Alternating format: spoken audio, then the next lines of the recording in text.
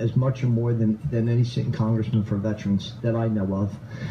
Father Dan Riley's in Chicago. He's the president of St. Augusta Prep, and they just did a memorial service at St. Augusta Prep down here in New Jersey for Salvatore and Ed Miller, both graduates of St. Augusta Prep. Mr. Miller died in Vietnam, and Salvatore, of course, in Afghanistan. John Walker, the Army Sergeant who lives in Savannah, Georgia, he'll be calling you later on. He's very good friends with Salvatore. He was with Salvatore his whole time up in Afghanistan. He was actually Salvatore's right-hand man. Mayor Paul Medani of Deptford, who just named a street for Salvatore, and we just have a bunch of people. And Congressman, are you on with us, sir? I certainly am. And Joe, how are you? So, I don't know if you remember, you were on a show a couple of years ago when you were a state senator. Absolutely. With Jack Finese. Yeah. So you do a lot of work. Well, let's start off by what you're doing, and certainly I heard you speaking about the events yesterday in Chattanooga, and unfortunately we have 5 new Gold Star families, which is just horrific. It just speaks of the new world that we live in. And you know, Congressman, it doesn't stop with the Gold Star mothers. There's Gold Star fathers, the Gold Star's grandparents and brothers and sisters and cousins. When one soldier dies, it affects hundreds and hundreds of people. And I you know, there was a ceremony just recently, and Trudy was there with us on the Battleship New Jersey that you sponsored. It was a beautiful ceremony. Was it a beautiful ceremony? Yes, it was. And great turnout. And Trudy, I know you feel very comfortable with Congressman Norcross handling Salvatore's paperwork. Yes, I do. I'm delighted that he's taken an interest. Thank you, sir. Trudy, we got the right guy. From you once again. And Congressman, there's an awful lot. I'm sure you're well aware of Salvatore's story.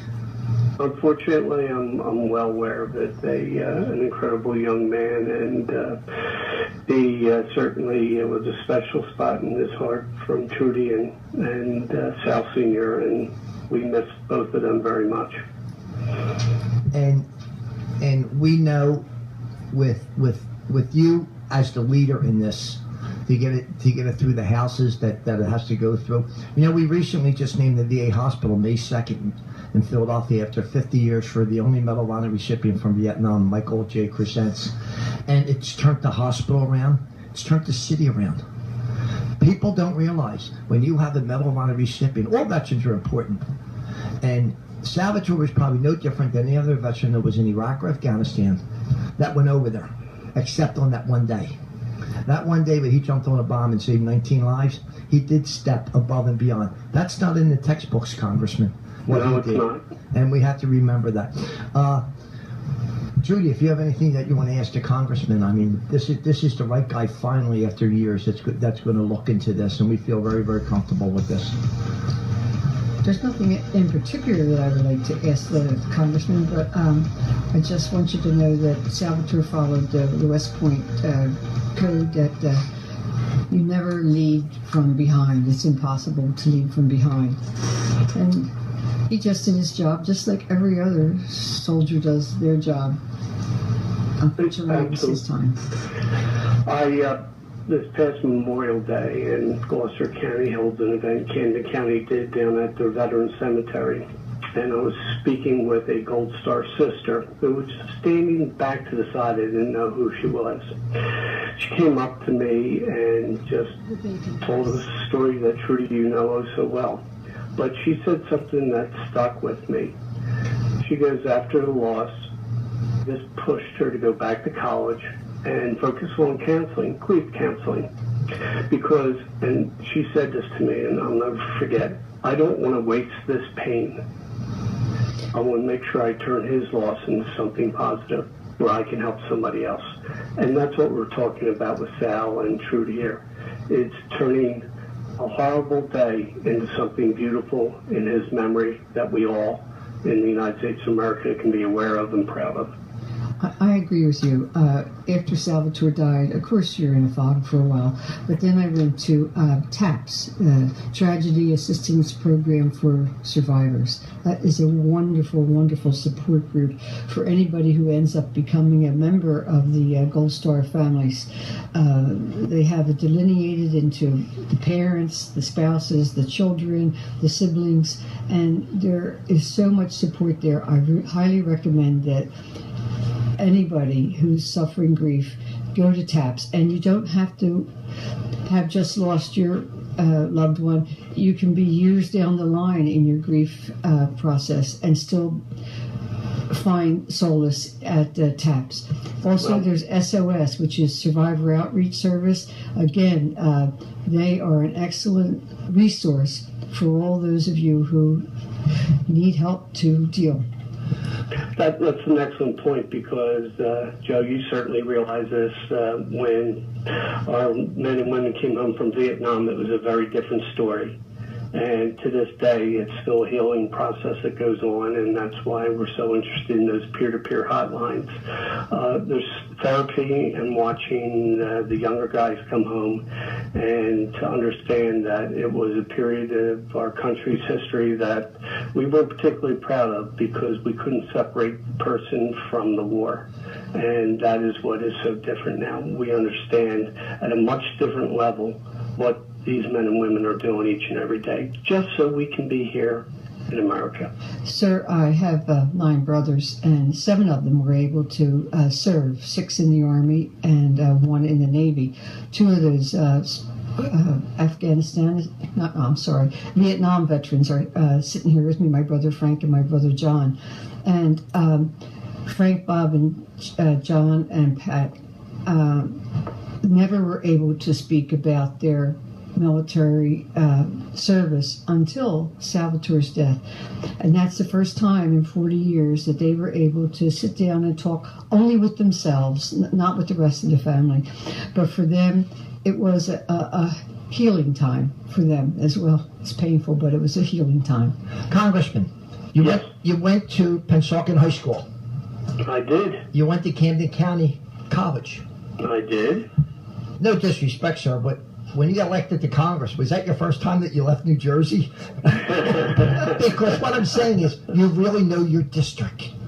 I'd like to say I'm an electrician with a tie. Certainly where I started as an electrician, I worked throughout South Jersey, and I never really looked at running for public office until I got a little bit older. And when I had the honor of being sworn into the Assembly and then the Senate, it just felt right, and I was able to just address issues that I didn't like how they were being done, and I was in a position I could help that change. And now in D.C., where we have some tremendous issues, to say the least, I want to do the same thing there. And when it comes to vets, they are a very special place in our hearts, and not everybody believes that. And it's our job to make sure that they do understand. Well, let me tell you something, sir. I called your office the other day, and I'll tell you what, Carl, that works for you, your staff, you're fabulous. I always say, the people that answer the phones are the people who the constituents talk to all the time. You rarely talk to a congressman or a senator. And how you're treated, and I'll tell you what, the treatment I received from your office couldn't have been any better. Couldn't have been I'd any like better. to tell everybody, treat the people who call as if I was calling, or your sister or your brother.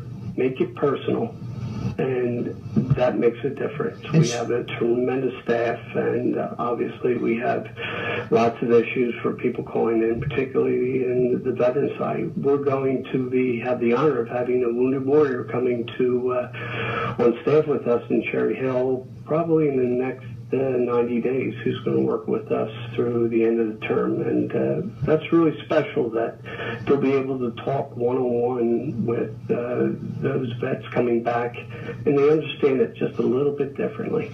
And sir, we're only going to keep you another minute. I promised Carl that we wouldn't hog up all your time. But not quite all right. You were on the House Armed Services Committee.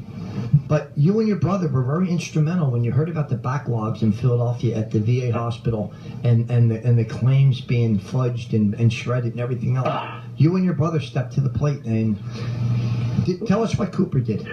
No, Cooper Hospital, from the moment that phone call, they're going to see you within 24 hours, obviously in the middle of the night, but that's the least we can do. Cooper Hospital has an attached veterans clinic right down there. Philadelphia, just what has gone on there, and quite frankly in other parts of our country, is just horrific.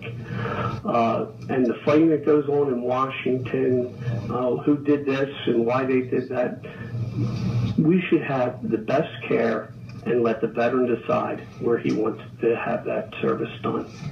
I firmly believe that. We're a bit ways off from that, but I think it's so important because, having to wait 20 days, 30 days, have a file lost, this is no way to honor our vets. We owe them good health care at a reasonable time, and we should do whatever it takes to get that for them. And so I just want to let you know before we leave, this phone, WIBG, as long as I'm on the show's open to you anytime your staff, anything that you want to get done. We applaud you for hiring a veteran out there. It's just fabulous. Anything that we can do, sir, to help you make your job more successful. Because when you're successful, we're successful. And we're going to do whatever is possible to help those in the decision-making roles make sure that Sal gets his due. And we're on it every bit of the day, but as you all know, some of these things take time, and we want to make sure we get it right the first time. And Congressman, I would be kicking myself on the way home if I didn't turn around and mention Jack Fenice's name and Bob Carrillo. I know they work close with you. Bob Carrillo with the SMART program put on that battleship New Jersey with the toll ships coming in. They honored veterans here that day. I think there was over 900 veterans showed up, and pretty much everybody here. What a fabulous state. And you know something? You were down in Washington and you didn't even get a chance to come there because you were in session. You made sure everybody else had a good time.